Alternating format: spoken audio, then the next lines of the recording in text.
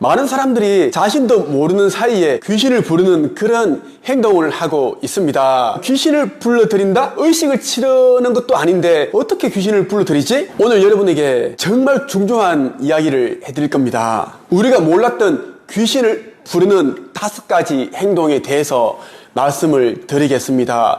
귀신을 데리고 다니는 사람들은 공통적으로 이러한 5가지 행동을 하고 있습니다. 저는 직업상 많은 사람들을 만나서 상담하고 교육하고 있습니다. 제가 가장 상대하기 힘든 사람들이 무기력한 사람, 우울증에 빠져 있는 사람, 부정적인 사고에 빠져 있는 사람, 이런 사람들이 굉장히 대하기 힘든데요.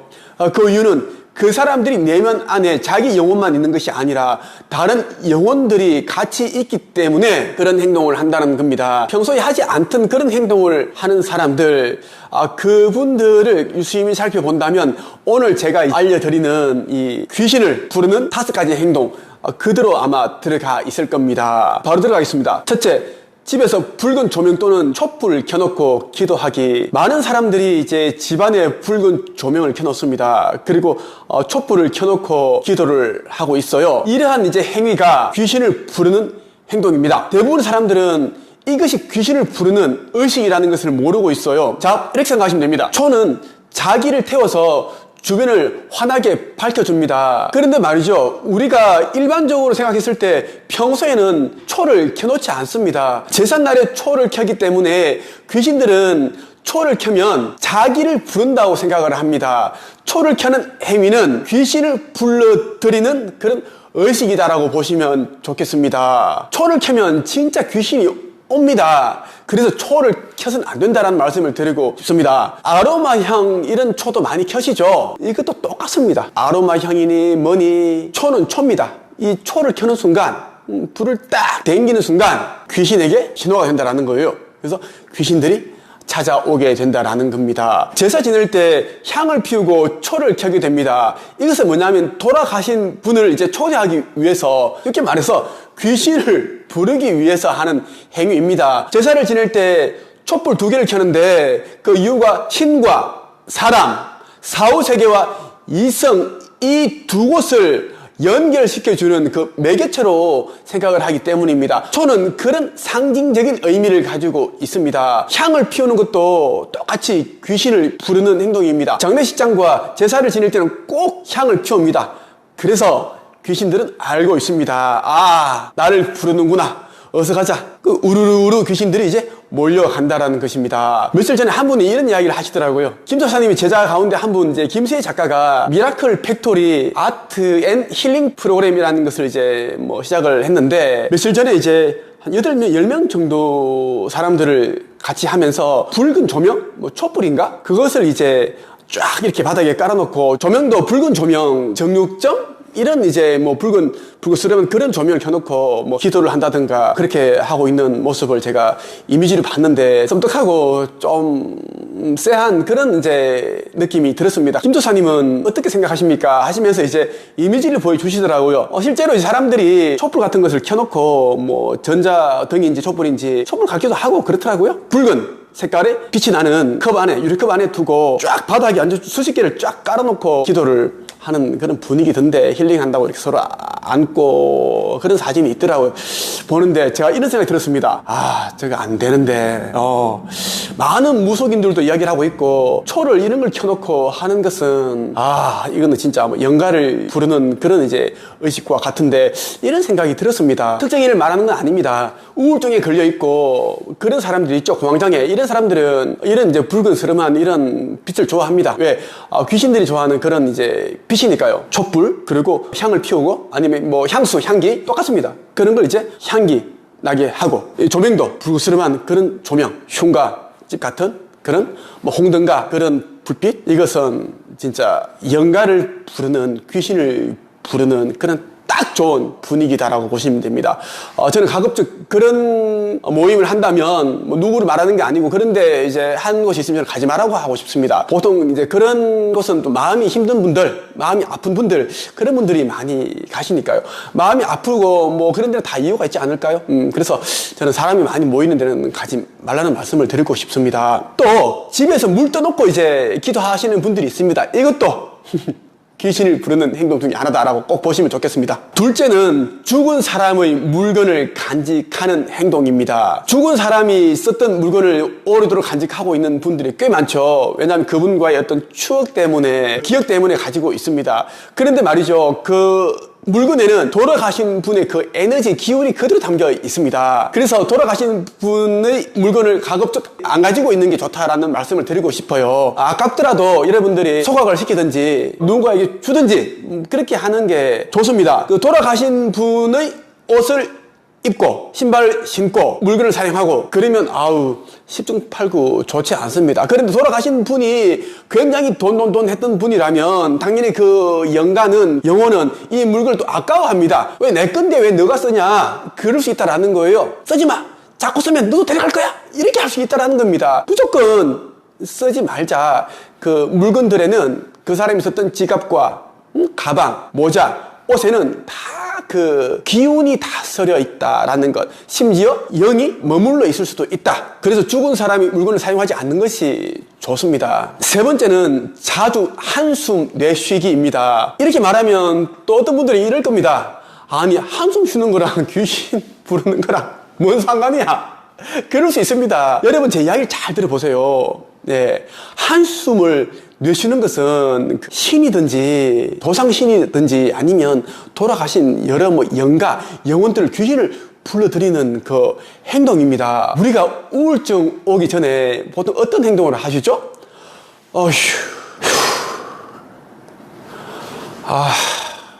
이런 한숨을 쉽니다. 자기가 잘 인지를 못하죠. 한숨을 쉬고 있다는 걸 인지를 못할 뿐이지, 그 무기력해지기 전 단계, 그 단계에서 사람들이 꼭 한숨을 쉽니다.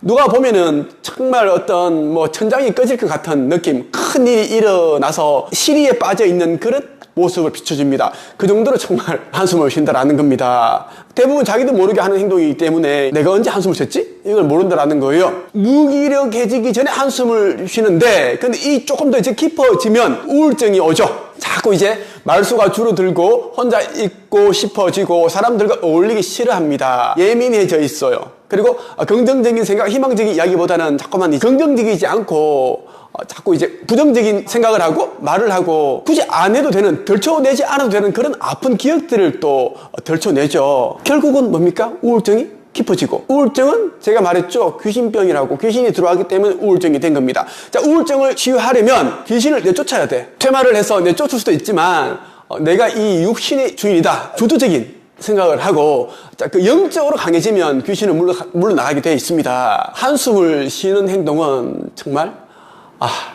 그만 살고 싶다, 힘들다, 슬프다, 공허하다, 이런 느낌? 그래서 이런 에너지가 우리의 생각에는, 마음에는 귀신이 또 이제 우리 생각을 읽고 그걸 이제 감지를 합니다. 한숨을 내쉬는 행동은 안 된다라는 것. 네 번째는 정리정돈하지 않는 행동입니다. 집구석에 들어가면 냄새가 완전 진동을 하고 시신 썩는 냄새가 나고, 강아지 배변 제대로 안 치웠어, 여기 덕지 붙어 있고 냄새 납니다. 바닥이 또 이제 그 강아지 오줌, 똥 이런 걸로 또 이제 오염되어 있고 색이 변질되어 있고, 옷방에 들어가 보면 지금 초여름인데 겨울 옷들이 막 산처럼 쌓여 있습니다. 쌓여 있고 먼지가 자욱하고 방바닥에 완전 머리카락이며 먼지, 그 정도로, 그러니까 집 엉망인 거죠.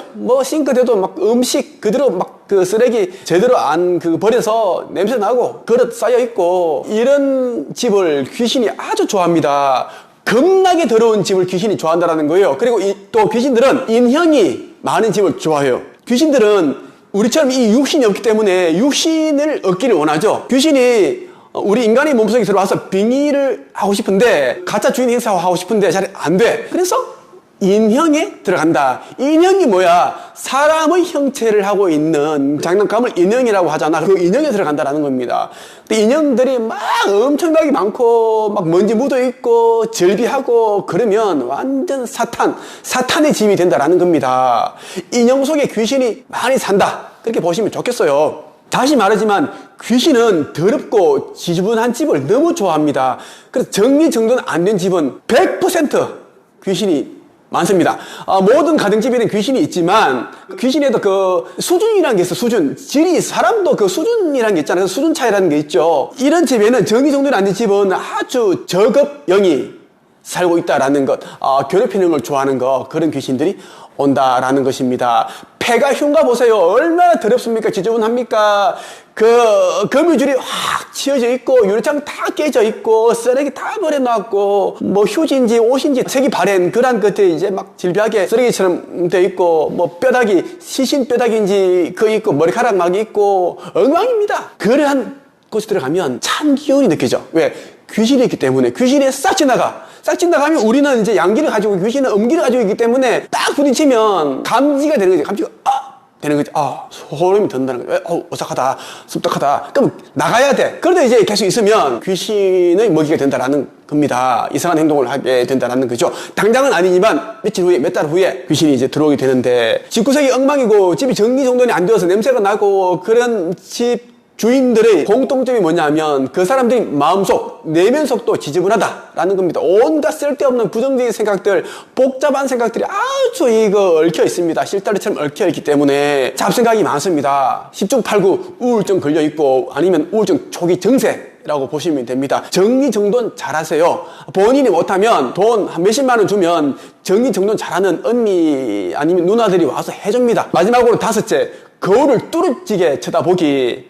자, 거울을 뚫어지게 쳐다보는 행동을 또 귀신을 부르는 행동이다라는 것입니다. 자, 여자분들 잘 들으세요. 하루에 몇 번씩 그 화장실 가서 볼일 보고 손 씻고 거울 이렇게 보고 뭐 립스틱 바르고 화장 좀 하고 하잖아요. 너무 자주 하지 마십시오. 잠깐 해야 되지. 너무 뚫어지게 장시간 동안 해버리면 거울이라는 것은 귀문입니다. 귀문. 귀신이 통로다라는 것입니다. 보통 부진사바라 하든지 이제 귀신에 대한 이런 이제 영화를 보면은 꼭 거울이 자주 등장합니다. 거울 싹 지나가고. 왜? 거울이 아주 중요한 귀신이 이제 우리 앞에 드러나게 하는 매개체 역할을 한다라는 것입니다. 여자분들 정말 거울 조금만 보세요. 조금만. 잠깐. 여러분, 거울을 많이 본다고 해서 거울을 뚫어져라 쳐다본다고 해서 뭐 호박이 수박이 되고 호박에 수박 그 줄이 꺼지고 그런 일은 절대 없습니다. 그래서 그거를 자주 장시간 봐서 귀신을 부르는 그런 행동을 하지 마십시오. 자신도 모르게 그러한 행동을 한다라는 것입니다. 그리고 출입문에 종을 달아놓는 것도 귀신을 부르는 행동이기도 합니다. 어서 오세요, 귀신님. 어서 오세요. 보통 식당들 종소리, 은은히 들리는 종소리, 그 소리 있죠. 귀신을 부르는 소리입니다. 또 이렇게 얘기할 수 있겠죠. 절에 가면 풍경 소리는 뭡니까? 그 소리 귀신을 부르는 소리 아닙니까? 물론 종소리가 귀신을 부르는 소리도 있지만 귀신을 쫓는 소리도 있습니다. 종소리라는 것이 두 개 다 그 역할을 한다는 것입니다. 그래서 절에 이제 그 풍경을 달아놓은 거예요. 물고기는 이제 눈을 뜨고 자. 항상 깨어있는 자가 되라. 깨달은 자가 되라. 붓다가 되라랍니다. 붓다, 붙여. 그런 의미로 풍경을 달아놓은 거지. 뭐 절에 뭐 아이고 우리 귀신 스님들 어서 오세요. 어서 오세요. 이쪽입니다. 뭐 이렇게 하려고 한 게 아니다라는 겁니다. 오늘 여러분에게 귀신을 데리고 다니는 사람들이 특징이 돼서 말씀드렸는데 그 사람들은 이제 자신도 모르는 사이에 귀신을 부르는 5가지 행동을 한다고 말씀을 드렸습니다. 정말 여러분들이 유념하셔서 꼭 기억을 하셔야 돼요. 본인이 평소에 이런 행동을 하는 게 아닌가? 집에 와서 촛불을 켜고 그리고 그 붉은 조명을 켜놓고 기도를 한다든가 그런 행동을 하는 거 아닌가? 아니면 물을 떠놓고 기도를 한다든가. 두 번째는 죽은 사람의 물건을 막 쌓아놓고 가지고 있는 그런 행동을 하지 않는가 한번 돌이켜 보시고요. 세 번째는 자주 한숨을 내가 쉬는 건 아닌가 꼭 여러분들이 체크를 하세요. 한숨이 길어지면 2숨, 3숨, 5숨 무기력해지고 우울증 오고 귀신병에 걸린다라고 보시면 되고, 네 번째는 정리정돈이 되어 있는지 살펴보십시오. 안 되어 있으면 바로 정리정돈 하십시오. 깨끗한 집은 귀신이 오지 못합니다. 있더라도 그냥 이렇게 쳐다보고 그렇게 있을 정도지 막 이렇게 붙어 다니고 지방령처럼 막 그렇게 이 집이 좋아 막 그런 집이 되지 않는다라는 거예요. 그리고 마지막 5번째, 거울을 너무 장시간 뚜렷이 쳐다보지 마라. 거울은 귀신이 통로다. 귀신은 거울을 통해 이동을 할 수 있고, 그렇기 때문에 거울을 뚜렷이 쳐다보면 안 된다. 그렇게 본다고 해서 뭐 추남이 미남이 되고 추녀가 미제가 되는 건 아니다. 저희 영상을 보시고 있는 분 가운데 한 분이 이렇게 물어보시더라고요. 김도사님, 저랑 그렇게 친하지 않은 분인데 세상을 떠나셨어요. 그런데 제가 그분의 장기장에 가는 게 맞을까요? 가지 않는 게 맞을까요? 보통 이제 가시는데 왜 그런 질문을 하시나요? 이렇게 물어보니까 마음이 영 찜찜하다는 거예요. 지금 현재 몸도 안 좋고 감기 몸살 기운이 있는데 괜히 갔다가 뭐 안 좋을 것 같다. 그런 자꾸 생각이 든다. 이렇게 말씀하시길래 자, 그랬어요. 본인이 원하는 대로 하십시오. 본인이 마음이 내키지 않으면 분명한 이유가 있을 겁니다. 영적인 측면에서 본다면 가지 말라는 그런 내면의 신호일 수도 있죠. 그렇다면 부적금만 보내고 가지 않는 게 좋습니다. 왜냐하면 상가집과 장례식장 이런 곳에 조문회로 갔다가 안 좋은 일을 겪는 분들이 참 많고요. 어떤 분들은 심지어 세상을 떠나는 그런 일도 겪습니다. 집안에 또 우환도 생기고, 그러니까 본인이 잘 판단하셔서 하십시오. 이렇게 말씀을 제가 드렸습니다. 지난달에 있었던 이야기입니다. 울산에서 있었던 일인데요. 조문을 다녀오다 교통사고를 당했는데 뒷자리에 타고 있던 한 분이 세상을 떠나고 운전자를 비롯해서 나머지 4명은 부상을 입었습니다. 희한한 게 뭐냐면 스타렉스 차량은 신호위반을 하지 않았고요. 덤프 트럭이 신호위반을 했는데 우회전하던 스타렉스 차량을 측면에서 들이받은 겁니다. 이 사고로 뒷좌석에 타고 있던 지인이 한 명이 죽고 나머지 4명은 뭐 크게 다치기도 하고 뭐 경상을 입기도 하고 사고를 입었는데, 그런데 말이죠, 조문을 다녀오다가 교통사고를 당했다라는 것입니다. 조문을 가지 않았더라면 사고가 나지 않았겠죠. 상가집과 장례식장, 이곳은 돌아가신 고인의 홀령만 있는 것이 아닙니다. 고인의 홀령과 더불어 많은 귀신들이 함께 있습니다. 우리는 누가 죽게 되면 3일장을 치르고 그렇게 합니다. 장례식장은 이제 뭐 음식을 하게 되고 많은 사람들이 와서 술을 마시고 시끌벅적합니다. 그런데 말이죠, 귀신들에게 있어서 이 상가집과 장례식장은 놀이터로 갔고요,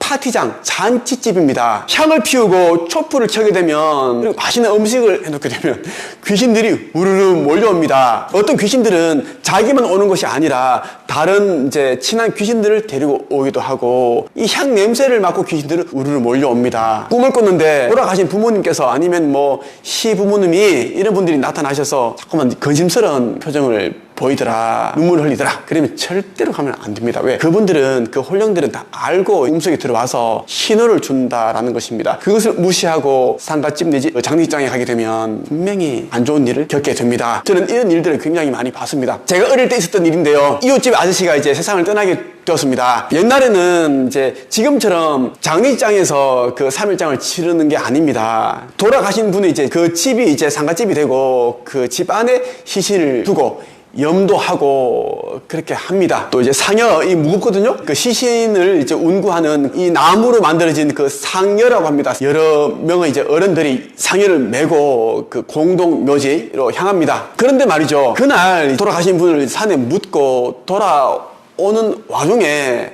그 과정에서 우리 동네 아저씨께서 평소에 술을 많이 드십니다. 많이 드시는 그날도 술을 취하신 거예요. 다리에서 떨어지셔가지고 죽었습니다. 세상을 떠났습니다. 상여를 메고 갔던 사람이 오다가 또 술 기운을 이기지 못해서 발을 헛디뎌가지고 도랑으로 떨어졌고 돌아가셨습니다. 또 초상이 일어난 겁니다. 진짜 시골에 이런 일들이 꽤 있습니다. 그래서 저는 사람들에게 꼭 가야 할 곳만 가고 그렇지 않으면 안 가는 게 좋다라고 이야기합니다. 많은 분들이 저에게 어떻게 하면 귀신을 쫓을 수 있는지, 퇴마를 할 수 있는지에 대한 영상을 올려달라, 그리고 귀신이 가장 무서워하는 것은 무엇인지, 물건들에 대해서 알려달라, 이런 말씀을 또 하셔가지고 오늘은 제가 특별한 영상을 준비했습니다. 제가 알려드린 대로 한다면 절대 귀신은 여러분 앞에 서성이지를 못합니다. 여러분에 있는 귀신들은 다 떠나게 될 겁니다. 귀신이 가장 무서워하는 물건과 행동 6가지에 대해서 말씀을 드리겠습니다. 첫 번째가, 귀신들은 이 저성을 무서워합니다. 그 이유는 뭐냐면 귀신이 된 그 이유가, 사람이 죽게 되면 이 홀령이 이 육신을 떠나오게 되는데 3일 동안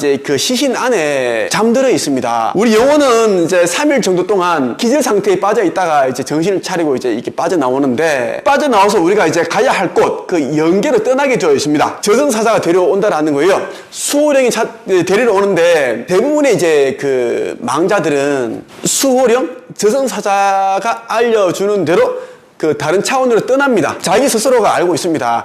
나는 더 이상 인간이 아니구나, 육신도 없는 영혼이구나, 영혼들이 가는 그 세계로 가야 되는구나, 이것을 알게 되지만, 그렇지 못한 영혼들은 자꾸 이곳에 남아 있으려고 합니다. 왜냐하면 귀신들은 저성 세계에 대해서 잘 알지 못합니다. 그래서 막연히 무서워한다라는 겁니다. 특히 인간으로 살 때 남들에게 많은 피해를 줬고 해코지를 했고 뭐 살인을 했고 나쁜 일을 참 많이 했다 그런다면 그냥 무서운 거예요. 저쪽 세계에 넘어가게 되면 염라대왕이 진짜 나에게 판결을 내려서 영원히 지옥으로 떨어뜨리고 불 속에 가두게 하고 계속 뾰족뾰족한 바늘로 뒤덮여 있는 그 산을 오르게 한다든가 그런 벌을 줄 것 같아.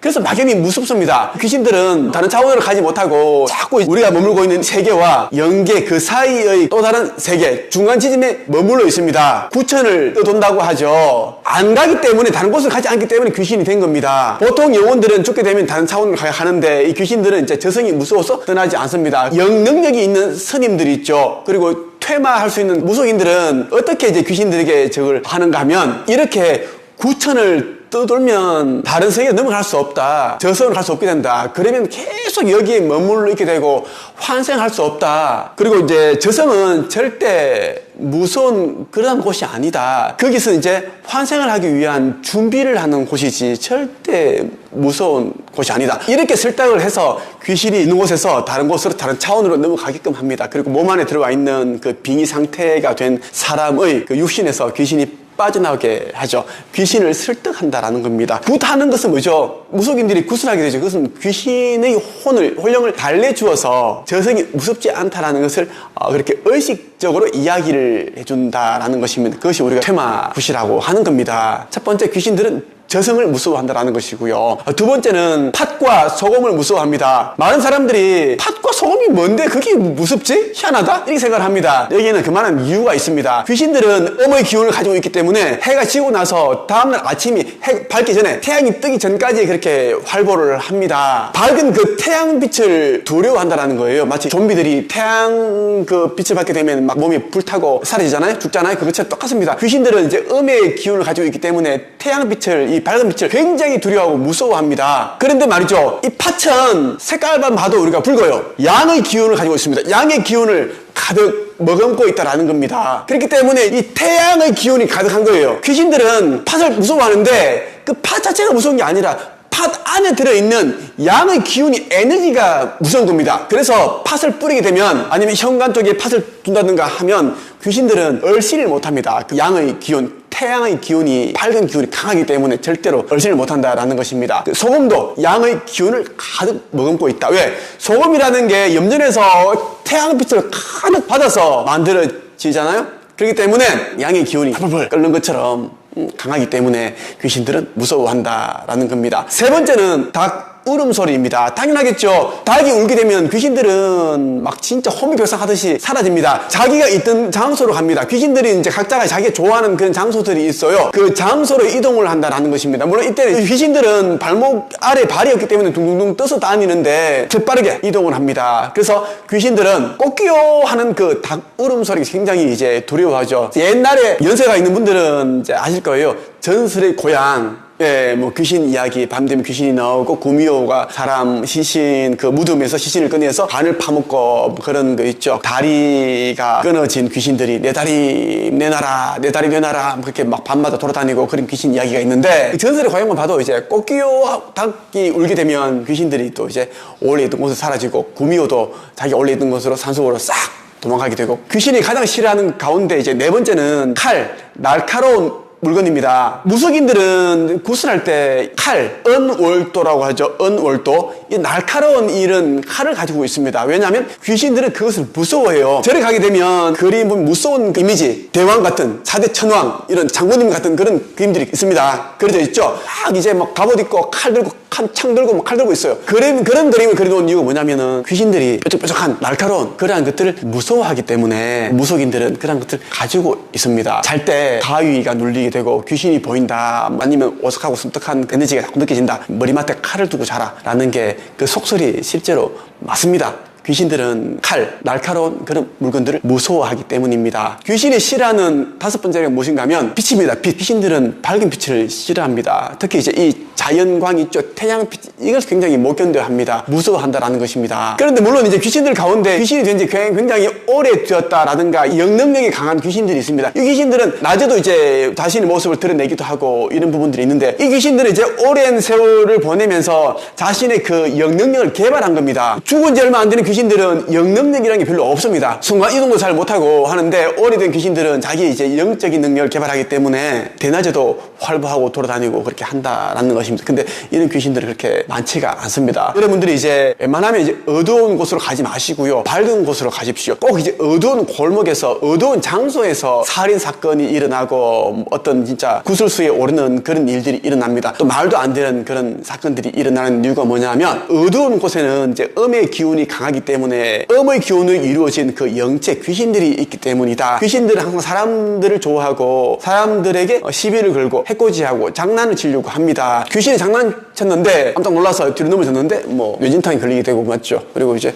넘어졌는데 또 이제 뭐 심장마비가 오기도 하고, 이런 일도 있습니다. 음식점이나 술집에서 다툼이 일어났는데, 처음에는 이제 말다툼이었는데 주먹 다짐이 되고 몸싸움이 일어나고, 화가 안 풀리니까 주방에 가서 칼을 들고 나든가 그래 찔러버리고, 말도 안 되는 화기애애하기 시작했던 만남이, 모임이 그래 진짜 참혹한 일이 일어나기도 한다라는 것입니다. 그것은 이제 본인이 이제 의도치 않은 그런 일이 일어났죠. 영적인 측면에서 본다면 이제 그런 어떤 귀신의 영체의 개입이 있었고, 그리고 또 인간 세계의 시선을 본다면 술이 너무 과해서 이성을 잃어서 그런 일이 일어난다는 것입니다. 그래서 꼭 여러분들은 어두운 곳, 그늘진 곳 가지 마시고 밝은 곳에서 주로 있는 게 좋습니다. 그리고 집안 분위기도 좀 밝게 하는 게 좋습니다. 뭐 전기세 아끼려고 뭐 등 하나 빼서 침침하게 한다든가, 화장실 그 등도 침침하게 그렇게 해놓는 것은 안 좋습니다. 그것은 이제 귀신이 그냥 머물게 하는 게 똑같습니다. 귀신이나 우리랑 같이 살자 똑같습니다. 귀신은 밝은 것을 안 좋아합니다. 귀신이 싫어하는 것 가운데 여섯 번째인데, 종교적인 노래와 물건을 싫어합니다. 귀신들도 알아요, 종교가 무엇인지. 왜냐하면 우리가 죽으면 귀신이 되기 때문입니다. 귀신들은 우리 이제 인생 선배들과 똑같습니다. 먼저 살다가 간 사람들이에요. 그분들이 이제 죽고 나서 원래 가야 할 그러한 사후세계를 가지 않았기 때문에 귀신이 된 것이지, 그분들에게 어떤 기억 속에는 인간으로 살 때 했던 모든 것들이, 기억들이 다 담겨 있습니다. 다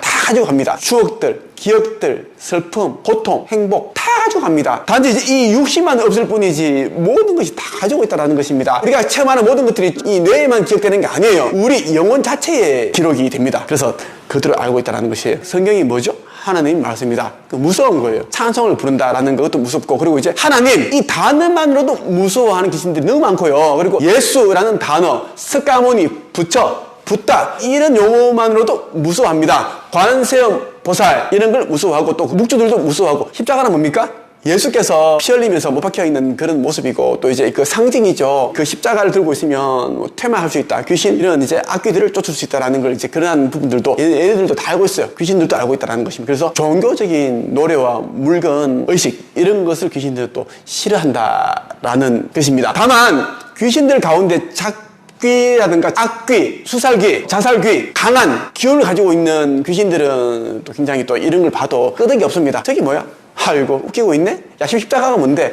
십자가 나 쫓을 수 있다고 생각해? 나 한번 내쫓아봐? 이렇게 까분단 말이에요. 그래서 걔네들은 해당이 되지 않습니다. 영능력을 가지고 있고 이게 머리가 있기 때문에 굉장히 악귀라고 하는 겁니다. 대부분의 귀신들은 종교적인 노래와 물건, 의식, 뭐 이런 걸 이제 싫어한다, 무서워한다, 그렇게 보시면 좋겠습니다. 오늘 여러분에게 귀신들이 이제 싫어하는 것들 6가지를 말씀을 드렸습니다. 여러분들이 이제 제가 알려드린 대로 조문을 간다, 뭐 상가집, 장례입장, 팥을 조금 가지고 간다든가, 그리고 이제 현관 쪽에 팥이나 소금을 이렇게 두는 겁니다. 그것만으로도 많은 효과가 있습니다. 귀신을 쫓는 효과가 있고요. 자기 전에 머리맡에 뾰족한 물건들, 송곳이라든지 칼, 이런 것만 둬도 굉장히 도움이 됩니다. 제가 올려드린 영상 댓글에 보면 귀신이 자꾸 나타나고 꿈을 꾸게 됐는데 가위 눌림이 현상이 일어났는데 칼을 두고 다니까 그런 일이 없더라, 그런 댓글들도 있더라고요. 최근에 저를 찾아와서 상담을 받으신 분 가운데 가족 중에 누군가가 극단적인 선택을 해서 세상을 떠났는데 너무 고통스럽다라는 겁니다. 어떻게 죽었는지를 이제 봤기 때문에 그 모습이 뇌리에서 지워지지 않는다고 얘기를 하더라고요. 계속 그 고통이 그림자처럼 따라다닌다고 하시면서 우시는데, 저도 비슷한 아픔을 가진 사람으로서 공감이 되었습니다. 제 나이 28살 때 아버지께서 극단지 선택으로 세상을 떠나셨습니다. 경제적인 부분 때문에 힘들어서 떠나셨는데 그 당시 저도 아주 많이 힘들었고 좌절했고 절망했습니다. 삶이라는 것에 대해서 정말 더덥구나, 이렇게 살아서 못하나, 이런 생각이 참 많이 들었거든요. 하지만 저는 이제 이런저런 여러 가지 영적인 체험, 사후세계 이런 체험도 하고, 그리고 교통사고 났다가 죽을 뻔했던 그런 일들도 있었고, 정말 보통 사람들이 경험할 수 없는 일들을 체험하면서 이 사후세계, 영성에 눈을 떼게 되었습니다. 모든 사람에게는 이제 이 세상에 와서 꼭 완수해야 되는 그런 목적이 있습니다. 그 목적은 이제 궁극적으로 영혼의 성장, 영적인 진보를 이루기 위함이죠. 그것을 알고 나니까 자살이라는 것이 정말 하면 안 되는 거다, 이런 깨달음을 얻게 되었고요. 요즘 극단적인 선택으로 세상을 떠나시는 분들이 참 많습니다.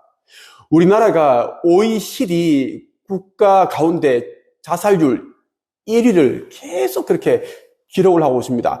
그만큼 이제 쉽게 목숨을 내던지고 있다는 뜻입니다. 물론 이제 세상을 떠나시는 분들 가운데 모두가 여러 가지 이유로 자살을 하시겠지만, 그런데 죽는다고 해서 모든 게 끝이 나지 않는다라는 것입니다. 죽음 이후에 어떤 일이 일어나는지에 대해서 자세히 안다면 정말 이번 생이 힘들더라도 어떻게든 견디고 버텨서 이겨내보자, 이런 이제 생각을 하게 될 거라고 저는 생각을 합니다. 요즘 너무 힘들어서 자살 충동을 느끼고 있거나 아니면 가족 가운데 자살을 하신 분이 있다면 이 영상을 끝까지 경청해 주셨으면 좋겠습니다. 그러면 본인이 왜 지금 자살 충동을 느끼고 있는지에 대해서 알게 되고, 그리고 지금 내가 생각하고 있는 게 정말 그릇된 것이구나. 비록 자신이 힘들지만 쉽게 죽어버리면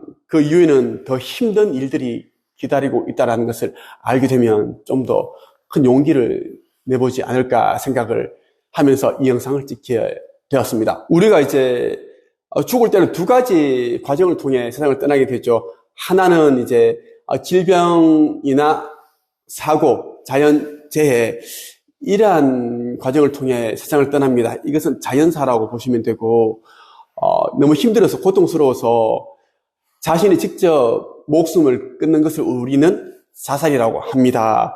자살을 하게 되면 어떤 일이 생길까요? 정말 아무 일도 일어나지 않는, 말 그대로 영원한 수면에 드는 걸까요? 영원한 수면에 든다, 영면한다, 이런 것은 없습니다. 자살을 하는 사람들은 이제 예기치 못한 상황에 직면하게 된 겁니다. 우리가 육신이란 이 옷을 입고 있을 때는 이제 많이 힘들어서, 고통스러워서, 기타 등등의 이유로 이제 목숨을 끊게 되죠. 목숨을 끊게 되면 우리가 이 육신 안에 이제 깃들어 있는 영혼이 빠져나오게 됩니다. 이 영체가 빠져나오게 되는데, 물론 빠져나온다고 해서 우리가 이제 바로 모든 상황을 파악하고 그럴 수 있는 건 아니죠. 보통 이제 2, 3일 정도 기절한 상태에 빠지게 되죠. 자살하게 되더라도 2, 3일 정도 계속 기절한 상태에 있게 된다는 것입니다. 그러다가 이제 깨어나게 되면 자신이 죽었다라는 것을 알지 못합니다. 특히 자살하신 분들은 자신이 죽었다라는 것을 알지 못해요. 왜냐하면 인간으로 있을 때는 정상적인 그런 이제 삶을 살다가 갑자기 이제 이 육신에서 영혼이 빠져나왔기 때문에 그러한 기억들만 가지고 있는 겁니다. 절대 모른다라는 겁니다.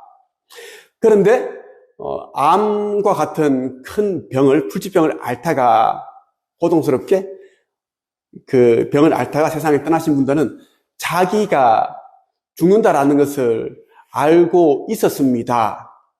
그렇기 때문에 마음의 준비를 하고 이제 임종을 받았어요. 이런 분들은 이제 자신이 죽었다라는 것을 압니다. 죽고 나면 우리가 이제 인도령이 찾아옵니다. 저승사자라고 하죠. 그 영혼이 찾아오는데 말 그대로 우리를 이제 데려가기 위함입니다. 이 사후 세계로 데려가기 위해 찾아오는데 자연사 하신 분들은 자기가 죽었다라는 것을 알기 때문에 우리 인간의 시간으로는 뭐 40일에서 한 7, 80일 정도 동안 자기가 태어나고 자랐던 곳, 그리고 경험했던 곳, 추억이 있는 곳, 그리고 만나보고 싶은 사람들을 두루두루 이제 만나보고 경험하고 그렇게 이제 이승에서의 미련을 이제 버리기 시작합니다. 준비를 하는 거죠. 그러고 나서 이제 사후 세계로 넘어가게 되는데 자살을 하신 분들은 이제 자기가 죽었다라는 것을 전혀 알지 못한다라는 것입니다. 그렇기 때문에 이제 사람으로 살 때 했던 생각과 말과 행동을 그대로 합니다. 자신의 장례식장, 화장터, 일하는 곳을 보더라도 자신이 죽었다는 것을 감지를 못한다는 거예요. 이해를 못하죠. 나는 지금 멀쩡히 살아있는데 생각을 할 수 있고 옛날에 있었던 일도 생각할 수 있고 그리고 말도 건넬 수 있고 하는데 왜 사람들은 내가 죽었다고 그렇게 생각을 하고 통곡하고 슬퍼할까? 도저히 이해를 할 수 없습니다. 그렇기 때문에 이제 울부짖고 있는 부모님에게 가서 막 끌어안으려고 하죠. 엄마, 나 살아있어. 나 안 죽었어요. 여기 있어요. 계속 이제 그렇게 배회합니다. 스승인다라는 것이에요. 자살한 영혼들은 이성에 미련이 많습니다. 미련이 많기 때문에 또 극단적인 선택을 했겠죠. 뭔가를 하고 싶은데 제대로 하지 않았기 때문에 화가 나고 순간적인 그런 이제 충동을 이기지 못해서 극단적인 선택을 한 겁니다. 근데 죽음 이후에도 영혼이 육신을 빠져나간 이후에도 이제 이성에 미련이 너무 많기 때문에 인도령이 찾아와서 이제는 너는 인간이 아니다. 이제 영체이기 때문에 영혼이기 때문에 영혼들이 가는 세계가 있다. 그곳으로 가야 된다. 가자. 나와 함께 가자. 그것은 무섭지가 않은 곳이다. 얘기를 하고 설득을 합니다. 그래도 이성의 미련이 남아있고, 그리고 자신이 이제 저쪽 세계 가면 또 지은 죄가 있기 때문에 두렵죠.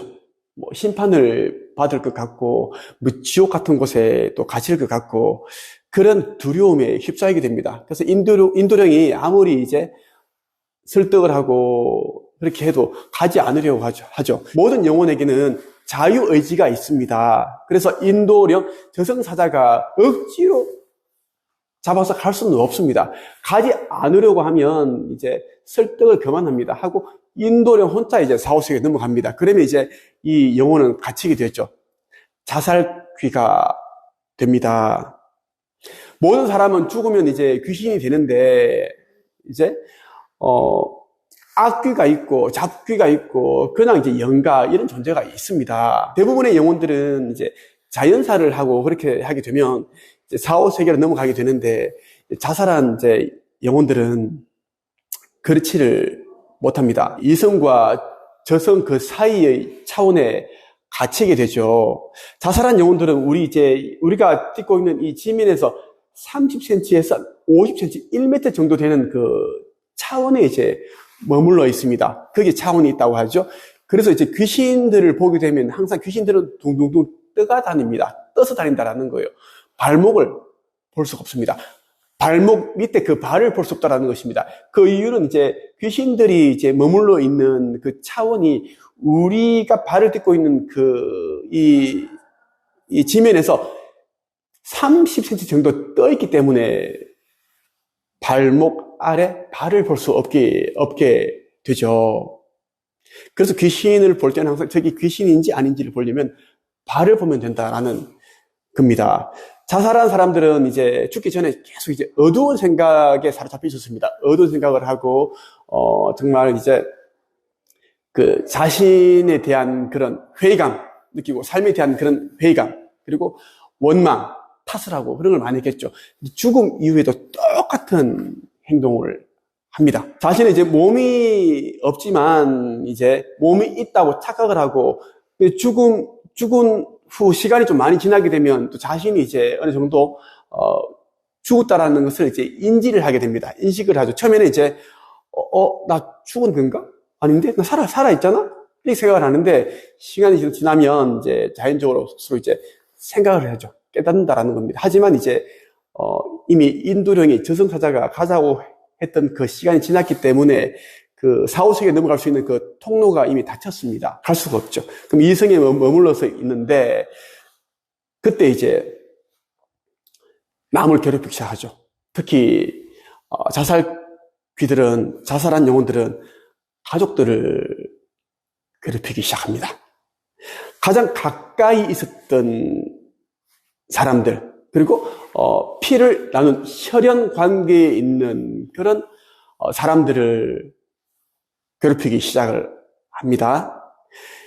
그래서 자살한 사람들이 있는 집안에는 또 다른 이제 자살자들이 나오는 이유가 여기에 있습니다. 인생은 자살한다고 해서 모든 게 끝나는 게 아닙니다. 자살하면 자살하기 직전에 느꼈던 그 고통, 괴로움, 슬픔, 절망, 그것은 비교도 하지 않을 만큼 그 힘든 시간을 보내게 됩니다.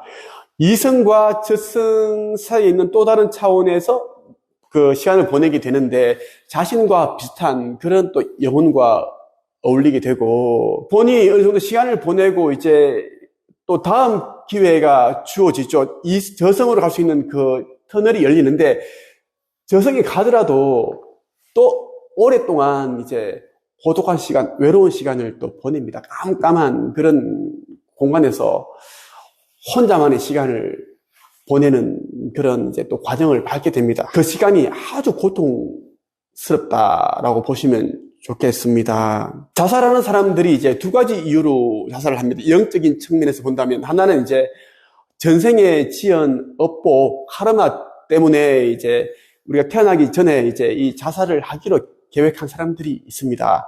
우리가 태어난 이유는 우리가 윤회를 해서 이런저런 체험을 하면서 카르마도 소멸하고 그리고 영적인 진보, 영혼의 성장을 이루기 위함인데 그러한 기회를 박탈을 시키죠. 스스로 그런 기회를 박탈시킵니다. 카르마, 업장을 소멸시키기 위해서 그런 경우가 있고 또 하나는 이제 너무 힘들어서 슬퍼서 외로워서 고통스러워서 충동을 이기지 못해서 이제 극단적인 선택을 하는 경우, 이 두 가지 경우가 있다라는 것입니다. 아무리 힘들어도 자살은 안 된다는 말씀을 드리고 싶고 스스로 목숨을 끊는 행위이기 때문에 우리가 창조주로부터 받은 그 수명이 있습니다. 그 수명을 우리가 아무리 힘들더라도 견디고 버티고 이렇게 해야 된다는 것입니다. 인생이라는 것은 그 과정에서 깨달음을 얻고 지혜를 얻는 것이기 때문입니다. 지구라는 것은 우리가 인간으로 살면서 여러 가지 체험을 통해 깨달음과 지혜를 얻는 학교입니다. 그래서 지구학교라고 하는 거예요. 오늘 여러분에게 자살하면 어떤 일이 일어나는지에 대해서 제가 말씀을 드렸습니다. 하도 요즘 이제 죽는 분들이 너무 많으셔서 제가 자살에 대해 이제 충동을 느끼거나 이제 그런 생각을 하고 있는 분들이 이 영상을 꼭 보셨으면 좋겠고요. 그리고 이제 평소에 어두운 얼굴을 하고 있고, 이제 자기는 불행하다, 죽고 싶다, 나는 왜 태어났을까? 이런 말을 이제 습관적으로 하는 사람이 있으면 꼭 이 영상을 좀 보내주십시오. 링크를 보내주셔서 꼭 보라는 말씀을 좀 전달해 주셨으면 좋겠습니다. 사람들이 가장 궁금해하는 것 가운데 하나가 우리가 죽은 후에 가게 되는 사후세계입니다. 우리가 이 세상에서의 여정을 마치고 떠날 때 혼자서 떠나기 때문에 두렵기 때문입니다. 유체에 따른 과학적으로 증명이 되었는데 비해 영혼이 육신을 떠나게 되면 어떤 일들이 일어나는지, 어떤 과정을 통해 사후세계로 가게 되는지에 대해서는 아직 과학적으로 정확하게 밝혀지지 않았습니다. 저 역시도 소중한 사람들이 세상을 떠나는 일들을 겪으면서 삶과 죽음, 사후세계에 대한 관심을 가지게 되었습니다. 저의 나이 28살 때 아버지께서 음독으로 세상을 떠나셨는데 평생 고생만 하시다가 가신 아버지가 너무나 안타깝다는 생각이 들었습니다. 그런 안타까움과 함께 그리움이 사무치더라고요. 그러면서 지금 아버지는 어디에 계실까? 무엇을 하고 계실까? 우리 가족들을 보러 오실까? 다른 곳에서 환생하셨을까? 이런 생각들을 참 많이 했습니다. 이번 영상에서는 사후세계, 윤회, 환생에 대해 말씀을 드릴까 합니다. 20세기 신비가들 중에서도 가장 미스터리한 인물로 손꼽히는 롭상 람파가 쓴 책 롭상 람파의 가르침과 함께 하면서 저의 생각을 공유해 드리겠습니다. 롭상 람파에 대해 잘 모르시는 분들을 위해 간략한 소개를 하자면 서양인의 육체를 입은 티벳 고승이라고 주장하는 그의 책들은 전 세계에 돌풍을 일으킨 바 있습니다. 자서전적 기록을 시작으로 해서 영적 세계의 실체와 고차원적 수행법들에 관해 총 19권이나 되는 책을 출간하기도 했죠. 그는 책에서 오라, 유체여행, 초자아, 카르마, 잠재의식, 최면, 메시아, 평행우주, 4차원, 4호세계, 명상, 인체의 구조 등에 대해 자세히 이야기하고 있습니다. 먼저 본격적으로 말씀을 드리기 전에 다음 4가지를 알고 계시면 좀 더 쉽게 4호세계를 이해하실 수 있을 것입니다. 첫째, 현세, 육체가 살아있는 세계. 둘째, 유계, 죽어 육체를 이탈한 영혼이 있는 장소로 현세와 영계의 사이에 있는 세계. 세 번째, 영계의 문, 영계의 입구. 넷째, 정영계, 영계의 문을 들어선 곳으로 가장 현세와 가까운 영계의 부분을 말합니다. 롭상 람파는 사람이 죽음을 맞이할 때 그리고 영혼이 육신을 떠나는 과정에 대해 다음과 같이 이야기합니다. 한 사람이 죽을 때 그의 생리적인 기능은 점점 속도가 떨어지다가 이내 정지해버린다. 우리는 인간의 두뇌가 산소 결핍 상태가 되면 몇 분밖에 생존하지 못한다는 사실을 알았다. 그러니까 인간의 두뇌는 육체 중에서 첫 번째로 죽는 부분이다. 두뇌 기능이 정지했다면, 즉 뇌사 상태라면 그의 회상은 불가능하다. 우리가 죽음을 시간이 걸리는 사건으로 묘사하는 데는 그럴 만한 이유가 있다. 뇌사 후에는 두뇌의 명령과 인도가 끊어진 다른 조직들도 활동을 멈춰간다. 그것들은 마치 운전자가 자리를 떤 자동차의 처지와 같다. 운전자는 시동 모터를 끄고 차를 떠났다. 엔진은 남은 동력으로 한두 차례 움찔대겠지만 이내 식어갈 것이다. 차의 온도가 낮아짐에 따라 금속들은 수축하면서 삐걱대거나 끽끽거리는 작은 소리를 낼 것이다. 우리의 육체도 마찬가지다. 죽어가는 동안 우리의 근육 조직들은 순차적으로 삐걱대고 끽끽거리고 비틀린다. 보통 사흘에 걸쳐서 유체도 육체와의 연결을 남김없이 영구히 끊어버린다. 아기가 탯줄이 끊기면서 엄마와 분리되듯이 유체와 육체를 연결하던 언줄도 점차 시들어간다. 유체는 부패하고 있는 육체와의 연결 상태를 고작 사흘간 유지할 뿐이다. 죽은 사람은 대체로 이런 경험을 하게 된다. 그는 침대에 누워있고 슬퍼하는 친척이나 친구들이 그를 둘러싸고 있다. 태어난 사람은 그 누구든 반드시 죽음을 맞게 된다. 그런데 이미 알다시피 죽음은 또 다른 탄생이다. 우리는 그것에 관해 논의하고자 한다. 태아는 따뜻하고 안락한 엄마의 뱃속에서 죽음으로써 차갑고 험한 바깥 세상으로 나온다. 탄생의 고통은 곧 죽음의 고통이다. 그것은 옛 상태로서 죽고 새로운 상태로서 태어나는 것이다. 마찬가지로 사람이 지상에서 겪는 죽음의 고통은 곧 새로운 존재 상태로 들어가기 위한 탄생의 고통인 것이다. 대부분의 경우에 죽음 그 자체는 전혀 고통이 없는 과정이다. 실제로 죽음이 임박할 때 자연은 최대의 신진대사를 변화시킴으로써 당사자를 일종의 마비 상태로 이끈다. 그저 육체의 반사 능력에 의한 운동이 있을 뿐 죽음의 고통을 느낄 만한 지각작용은 이미 없는 것이다. 사람들은 흔히 죽음과 고통을 연관지어 생각한다. 왜냐하면 중병을 앓는 대다수의 사람들이 고통 속에서 죽어가는 듯 보이기 때문이다. 그러나 기억하라. 그런 모습은 죽음으로 인한 것이 아니라 질병 그 자체로 인한 것이다. 이를테면 그것은 암세포, 장기의 손상, 말단신경의 위축 또는 파괴 때문인 것이다. 죽음, 곧 이 세계에서 다음 세계로의 물리적 신체를 떠나는 이동 과정만 따져본다면 자연스러운 마비 현상 때문에 우리는 고통을 겪지 않는다. 우리들 가운데 일부는 죽음의 과정을 전부 기억하고 심지어는 그 기억을 가진 채로 지상으로 되돌아오기도 한다. 죽어가는 동안 우리의 몸은 점차 쇠락해간다. 그런데 이 쇠락이라는 말에 유념하라. 그것은 고통을 느끼고 인식하는 능력 또한 쇠락한다는 뜻이다. 우리는 죽어가는 사람이 매우 고통스럽다는 인상을 받기 쉽지만 그것은 일종의 착각이다. 사고사를 제외한다면 죽어가는 몸은 대부분 뇌구력이 다한 상태이다. 그때 몸은 더 이상 앞으로 나아가지 못하고 쇠락한다. 부실한 기관을 재생할 신진대사 능력이 이젠 없는 것이다. 결국 심장이 멈추고 호흡도 멈춘다. 임상적으로, 법률적으로 입술 앞에 거울을 갖다 댔을 때 입김이 서리지 않는다면 그는 죽은 것이다. 또는 심장이 더 이상 뛰지 않으면 그는 죽은 것이다. 유체가 시신을 따라다니는 것은 연이 연줄을 잡고 있는 소년을 따라가는 것 또는 풍선이 묶여있는 트레일러를 쫓아가는 것과 흡사하다. 그렇지만 곧 언줄은 분리되고 유체는 자유롭게 위로 솟아올라 자신의 두 번째 죽음을 준비하게 된다. 이 두 번째 죽음은 전혀 고통스럽지 않다. 두 번째 죽음에 앞서 망자는 기억의 방으로 가서 이번 생에서 일어났던 모든 일을 되살펴 봐야 한다. 당신은 당신 자신 이외의 그 누구로부터 심판받지 않는다. 당신 자신의 심판보다 더 엄격한 것은 없다. 지상에서 그토록 소중히 여겼던 온갖 시시껄렁한 자만과 거짓된 가치들이 결국 무의미한 것이었음을 보면서 당신은 지상에서 누렸던 지위와 재산이 전혀 당신을 위대하게 만들어주지 않았음을 깨닫게 된다. 오히려 빈천하고 낮고 가난했던 사람이야말로 스스로 가장 만족스럽고 높은 평가를 내리곤 한다. 우리의 영혼이 육신을 떠나기로 결정하게 되면 뇌사 상태, 심정지 상태에 빠지게 됩니다. 뇌사 상태에 빠지게 되는 순간부터 우리 영혼은 육신과 분리되기 시작하죠. 영혼은 육신을 구성하고 있는 세포들의 어떤 영향도 미치지 못하게 됩니다. 그때부터 육신은 부패가 시작됩니다. 육신을 빠져나온 영혼은 뇌사 상태에 빠져 있거나 임종을 한 자신의 육신을 앞에 두고 슬퍼하거나 통곡하고 있는 사람들을 제3자의 입장에서 바라보게 됩니다. 이때 영혼들 가운데 자신이 죽었다는 사실을 인식하지 못하는 경우도 많다고 합니다. 그래서 영혼 역시 혼란 상태에 빠지게 되죠.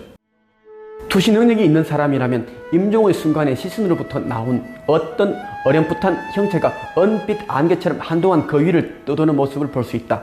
사흘 동안 유체와 육체를 연결하던 언줄은 점차 빛을 잃어가고 특히 시신과 연결된 부분은 더욱 검게 변한다. 그러고는 마침내 시신에 연결된 언줄의 끝에서 검은 먼지 같은 것이 피어오른다. 그렇게 줄이 느슨히 풀리면 유체는 적당히 상승하여 유체계 너머의 삶으로 안내받게 된다. 하지만 그 전에 유체는 자신이 거주했던 시신을 내려다보는 시간을 가진다. 묘지로 향하는 연구차를 따라가서 실제로 자신의 장례식을 지켜보는 일도 흔하다. 우리가 육신이라는 옷을 입고 있을 때는 은빛의 밧줄 같은 것이 영혼과 육체를 연결하고 있습니다. 잠을 잘 때 우리 영혼은 유체 이탈을 하게 되는데 이때 예상치 않게 너무 멀리 가게 되면 유체로 돌아오는 것이 불가능해지죠. 그래서 이를 방지하기 위해 배꼽 부분에 이어져 있는 은빛의 밧줄이 유체를 잡아당기는 작용을 해줍니다. 예전에 어떤 남자 가수가 잠을 자다가 사망한 사건이 있었는데 유체 이탈 중에 영혼이 너무 멀리 벗어났기 때문이라고 생각합니다. 그는 생전에 잠을 잘 때 자신이 자주 유체 이탈을 하는데 천장에서 자신의 몸을 내려다보는 경험을 많이 했다고 그렇게 말했던 기억이 납니다. 우리는 이 세상을 떠난 후에 성경에서 연옥이라 칭하는 낮은 수준의 유체계로 가게 된다. 그곳은 앞서 말했듯이 아픈 영혼들을 위한 병원에 해당한다. 거기서 우리는 이 조잡한 지구에서 견뎌야 했던 많은 충격들을 치유받는다. 우리는 자신이 지상에서 무엇을 잘못했는지를 살피고 그것을 보상하기 위해 앞으로 무엇을 해야 할지를 알게 된다. 그리고 잠시 휴식을 취해 기력을 회복한 후에 쾌적한 공원으로 걸어 들어간다. 존재의 다음 단계로 계속 나아갈 수 있도록 투약과 치료를 병행하면서 말이다. 이 세상을 떠난 사람들은 구름 위에서 하프를 튕기고 찬송가를 부르며 그저 앉아있지 않는다. 그들은 지상에 있을 때보다 할 일이 더 많다. 그러나 계속 정신적 방해를 받게 되면 그 일을 제대로 해나갈 수가 없다. 우리가 이 세상을 떠나게 되면 바로 영계로 가지 않습니다. 유계 혹은 연옥이라고 하는 세계로 가게 되죠. 이곳은 죽어 유체를 이탈한 영혼이 있는 장소로 현세와 영계의 사이에 있는 세계라고 보시면 이해가 쉬울 겁니다. 육신의 옷을 입고 이 생에 살면서 받았던 많은 상처와 고통, 아픔들을 치유받게 되는 거죠. 그 후 다른 차원으로 옮겨가게 되는데요. 사후세계에도 이생과 마찬가지로 앞으로 나아가기 위해서는 각각의 과정과 단계를 거쳐야 합니다. 영적 세계의 모습이 바로 이러하다. 한 인간이 태어나기 수개월 전에 영적 세계 어디에선가 회의가 벌어진다. 인간의 육체를 택하고자 하는 존재는 자신의 조력자들과 함께 어떤 방식으로 특정한 과제를 배울 것인가를 포기한다. 학생들이 저마다 소질을 개발하기 위해 교사들과 공부 방식을 상의한 것과 같다. 영적 세계의 조력자들은 세상이라는 학교에 들어가려는 학생에게 어느 부부의 자식이 되라고 또는 결혼하지 않은 내년의 관계 속에서 태어나는 편이 좋겠다는 식으로 의견을 말한다. 이 회의에서는 그가 무엇을 배울 것이며 어떤 고난을 겪어야 하는지 등의 포위가 이루어질 것이다. 슬픈 현실은 좋은 조건보다는 나쁜 조건에서 비움이 훨씬 빠르고 확실하게 이루어진다는 점이다. 또 하나 지적해둘 점은 어떤 사람이 현재 낮은 위치에 있다 해서 그가 영적 세계에서도 낮은 위치를 점하는 것은 결코 아니라는 사실이다. 특정한 생에서 특정한 과제를 배우기 위해 일부러 비천한 태생을 자처하는 것은 흔한 일이다. 그러나 알고 보면 그는 참으로 고귀한 존재일 수 있다. 한 영혼이 인간의 육신을 입고 태어나기 전에 영적 세계에서는 복잡한 과정을 거치게 됩니다. 그 영혼이 전생에 경험했던 일들을 총결산하여 다음 생에서는 어떤 경험을 통해 지혜와 깨달음을 얻을 것인지 카르마를 해결할 것인지를 영적 마스터들과 토의를 통해 계획을 세우게 된다고 합니다. 시대와 국가와 도시, 부모, 가족, 형제, 친구, 그리고 배우게 될 학교 등을 선택하게 되죠. 유년기, 소년기, 청소년기, 청년기 등의 과정을 지나오면서 겪는 어려움들은 모두 스스로 영적 세계에 있을 때 세워두었던 계획의 일부입니다. 자신이 백만장자이므로 천국에서도 앞자리를 얻으리라고 믿는 사람들은 슬프게도 한참 착각하고 있는 셈이다. 돈, 지위, 가문, 피부색은 전혀 가치가 없다. 오직 중요한 것은 당사자가 도달한 영적 수준, 그것뿐이다. 육신으로 막 들어가려는 영의 상태로 다시 돌아가자. 적당한 부모가 찾아지면 그 영은 적절한 때에 태아의 몸속으로 들어간다. 그리고 태아의 몸속에 진입하는 순간 이전 생의 기억과 의식은 싹 지워지게 된다. 만약 아기가 현재의 엄마, 아빠와 얽힌 자기 전생의 인연을 기억한다면 그건 끔찍한 일이 될 것이다. 만약 왕이었던 전생의 기억을 가진 사람이 현생엔 밑바닥 중에서도 밑바닥 인생을 살게 된다면 그만한 비극과 고통이 어디 있겠는가. 그런 이유로 사람들로 하여금 보통 자신의 전생을 기억하지 못하게 하는 것은 실로 자비로운 처사이다. 그들은 이 생을 지나 영적 세계로 돌아갈 때 다시 모든 것을 기억하게 될 것이다. 우리는 육신의 옷을 입고 있는 영혼들입니다. 사람에 따라 수백 번, 수천 번, 아니 그 이상으로 윤회하기도 합니다. 우리가 이 세상에 태어나게 된 데는 우리가 생각하는 그 이상의 고귀한 목적이 있습니다. 그 목적을 깨닫는다면 아무리 힘들다고 하더라도 이번 생은 기회로 여겨질 것입니다. 4년 전에 군에 입대한 막내 아들을 면회 다녀오던 중에 교통사고로 운전을 하던 아버지는 크게 다쳤고 어머니와 누나 2명과 아들의 여자친구 이렇게 총 4명이 사망한 사고였습니다. 불과 5분 전에 부대 앞에 아들을 내려주고 집으로 돌아가다가 참변을 당한 정말 안타까운 그런 사고였죠. 이번 영상에서는 많은 분들이 궁금해하는 교통사고, 비행기사고, 자연재해, 재난 등으로 집단적으로 죽음을 맞이했을 때 영혼 세계에서는 어떤 일들이 일어나는지에 대해 말씀을 드릴까 합니다. 30년간 4, 5세기에 다녀온 천재 과학자 스웨덴 보리가 쓴 나는 영계를 보고 왔다와 함께 합니다. 스웨덴 보리는 책에서 이렇게 이야기하고 있습니다. 이 세상에서 뜻하지 않은 집단적인 재난을 당했을 때에는 한 가족이 나란히 정영계로 들어오는 일이 있다. 이런 때 그 가족은 얼굴 모습이 비슷하고 또 정영계에서도 한 곳에 모여 있으므로 이 세상에서 가족이었음을 곧 알 수 있다. 그러나 이러한 가족들도 정영계에서 살고 있으면 날이 갈수록 조금씩 얼굴 모양에도 변화가 생기고 그에 따라 이리저리 흩어지는 것이 보통이다. 이것은 친구라든가 아는 사람 사이에서도 같은 현상이 일어난다고 말할 수 있다. 이 세상에서는 같은 가족이었는데 이젠 얼굴 모습도 서로 상당히 달라진 일단의 정령이 되어 이야기를 하고 있었다. 인간이었을 때 부친이었으리라고 짐작되는 정령이 말했다. 당신은 어느 단체로 갈 작정이요? 부인으로 짐작되는 정령이 대답했다. 내가 가려고 하는 단체는 당신이 가려고 하는 단체와는 다릅니다. 정령계를 졸업한 정령은 영이 되어 영계로 간다는 것은 이미 말했는데 어느 영이나 자기 본성에 가장 알맞는 영계의 단체에 속해서 그 이후의 영원한 영의 생활을 보내게 된다. 영계에는 영의 성격의 다양함에 따라 무수히 많은 단체가 있는데 지금 두 정령이 말한 단체란 이 영계의 단체를 가리킨 것이다. 아들이었던 것으로 짐작되는 정령이 또 대답했다. 저의 희망은 아버지인 정령과 같은 단체에 속하는 것입니다. 그러나 제 희망을 영계에서 과연 받아들여 줄 것인지 몹시 불안하게 생각하고 있습니다. 딸이라 여겨지는 정령도 말한다. 저는 아버지, 어머니, 오빠와 헤어져서 전혀 다른 종류의 단체에 속했으면 좋겠어요. 그것은 제가 인간으로 있었을 때부터 아버지, 어머니, 오빠보다도 거의를 더 좋아했기 때문이에요. 거의는 아직도 인간 세계에 살고 있지만 어느 때이고 영계에 오면 내가 기다리고 있는 단체로 찾아오리라고 믿으니까요. 아직 나이 어린 어린이도 말했다. 나는 어머니와 같이 갈래요. 어느 단체이든 어머니가 가려고 하는 단체라면 어디든지 따라갈래요.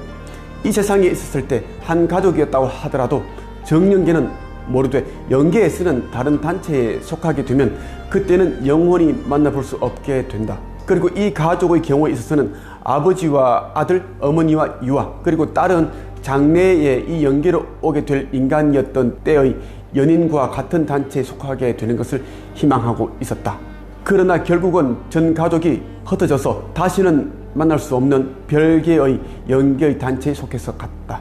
방금 말한 이야기를 이 세상 사람들이 인정이나 상식으로 본다면 너무나도 비정한 이야기라고 할 사람도 많으리라고 생각한다.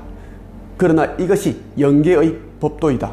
살다 보면 뜻하지 않게 교통사고나 비행기사고, 재해, 재난으로 일가족이나 여러 사람들이 함께 죽게 되는 경우가 있습니다. 이때 유체를 빠져나온 영혼들은 순식간에 다른 차원으로 이동했기 때문에 극심한 혼란에 빠지게 됩니다. 자신이 죽었다는 사실을 인지하지 못하는 영혼들이 대부분이죠. 유체를 빠져나온 영혼은 인간으로 지낼 때처럼 자신의 시신 주변에 있는 사람들이 말소리를 들을 수 있고 생각하고 기억하고 느낌과 감정을 느낄 수 있기 때문입니다. 다만 자기는 멀쩡하게 살아있는데 자기와 똑같은 모습의 시신을 발견하고는 당황하게 되는 것입니다.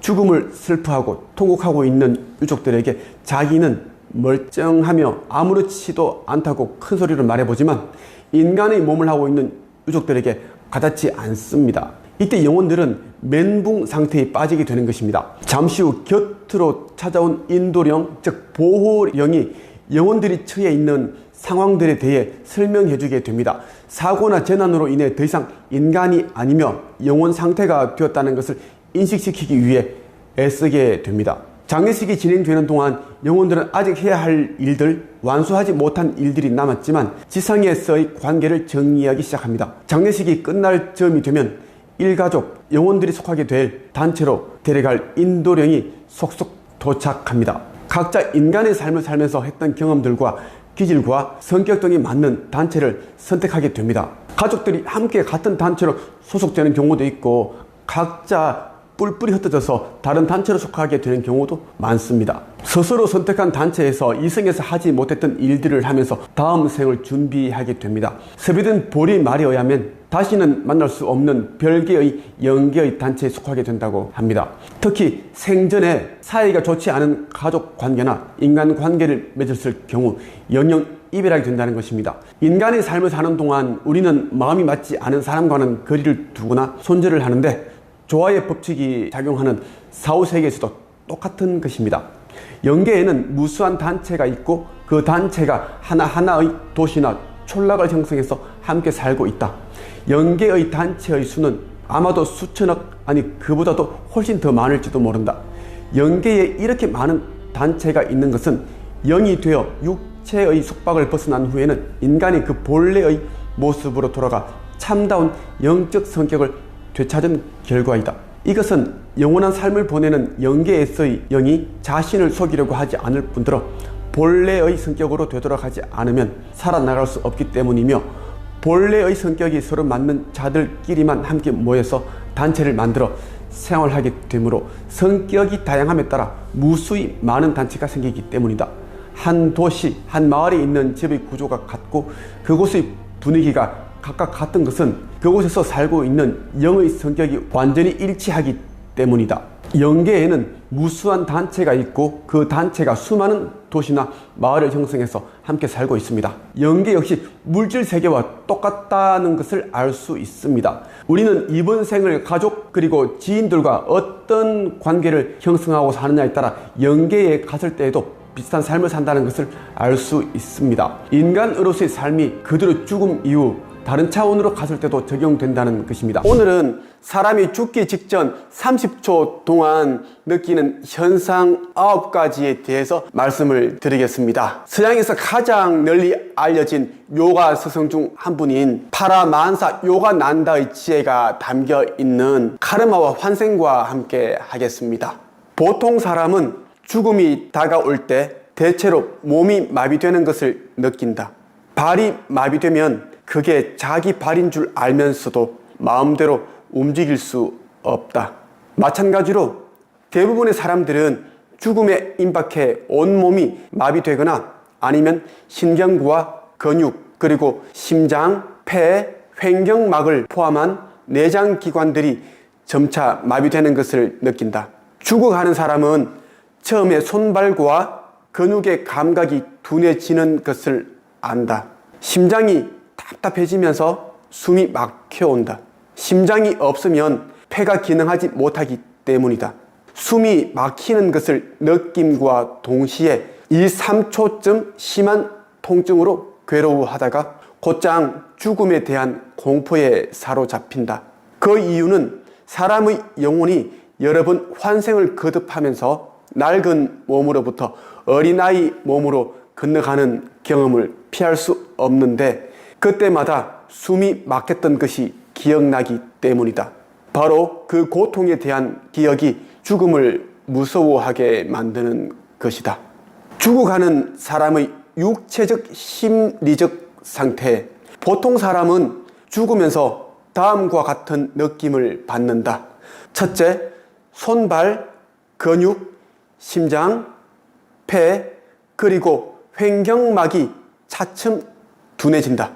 둘째, 손발과 근육의 둔함이 확장되고 슬픔, 무기력, 살고자 하는 욕망이 마음속에 들어온다.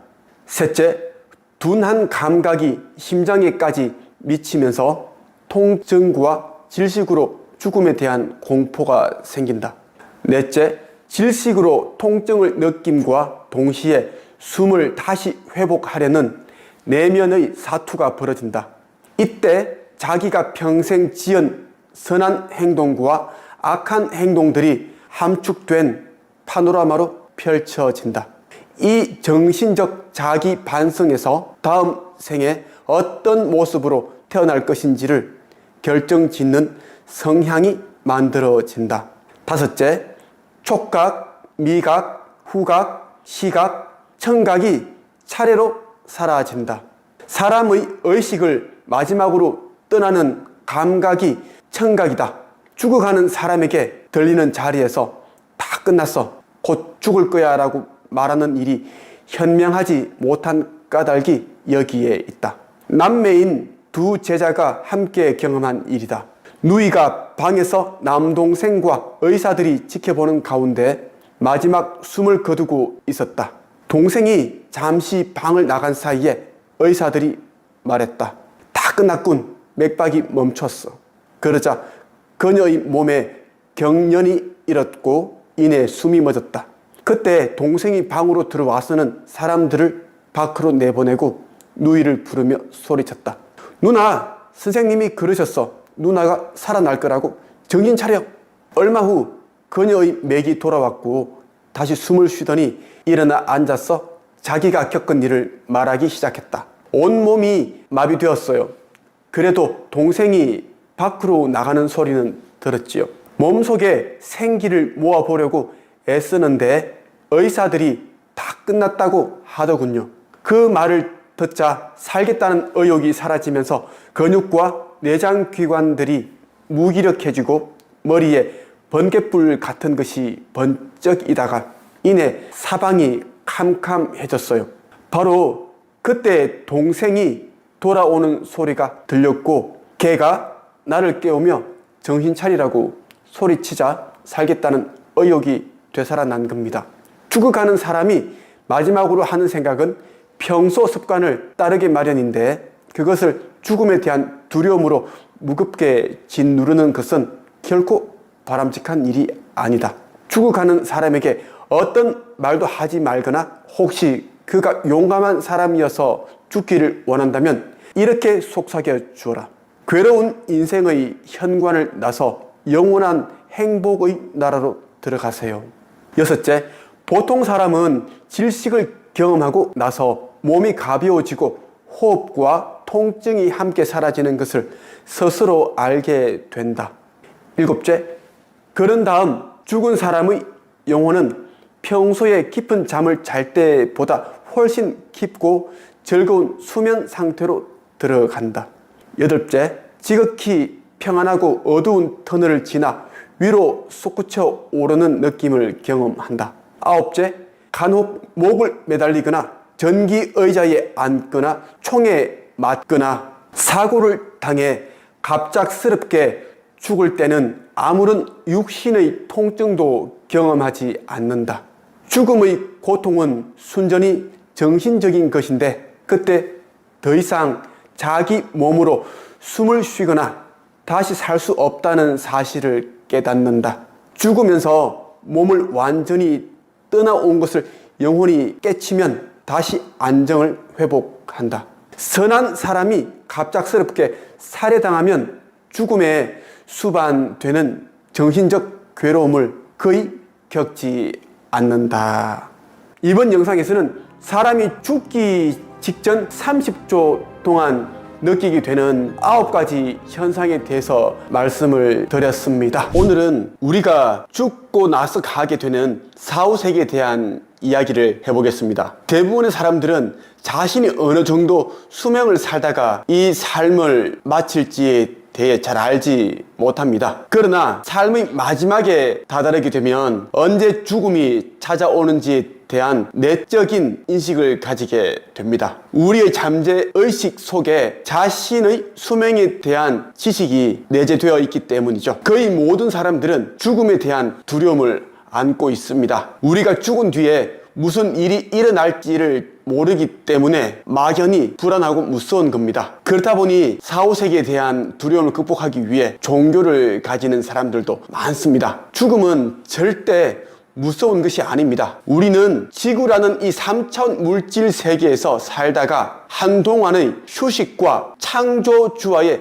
재상봉을 위해 원래 있었던 다른 차원으로 가는 것 뿐입니다. 깨달은 사람들은 죽음을 하나의 끝으로 생각하지 않습니다. 죽음이라는 것은 우리가 영적인 진화를 하는 과정에서의 자연스러운 한 부분으로 생각하는 겁니다. 끝없는 영적 성장의 과정 속에 있는 변화일 뿐이라는 거죠. 여러분에게 죽음의 과정에 대해 말씀을 드리겠습니다. 우리가 병으로 세상을 떠나든 교통사고로 세상을 떠나든 간에 죽음을 맞게 되면 우리의 물질적인 감각들은 퇴보하게 됩니다. 더 이상 기능하지 않게 된다는 겁니다. 비록 우리는 육안으로 볼 때 죽은 것처럼 보이지만 영혼은 최대 72시간 동안 육체 안에 머물게 됩니다. 물론 대부분의 경우에는 죽음의 과정이 시작이 될 때 재빨리 육체와 분리되어 다른 차원으로 떠납니다. 영혼이 육체를 떠날 때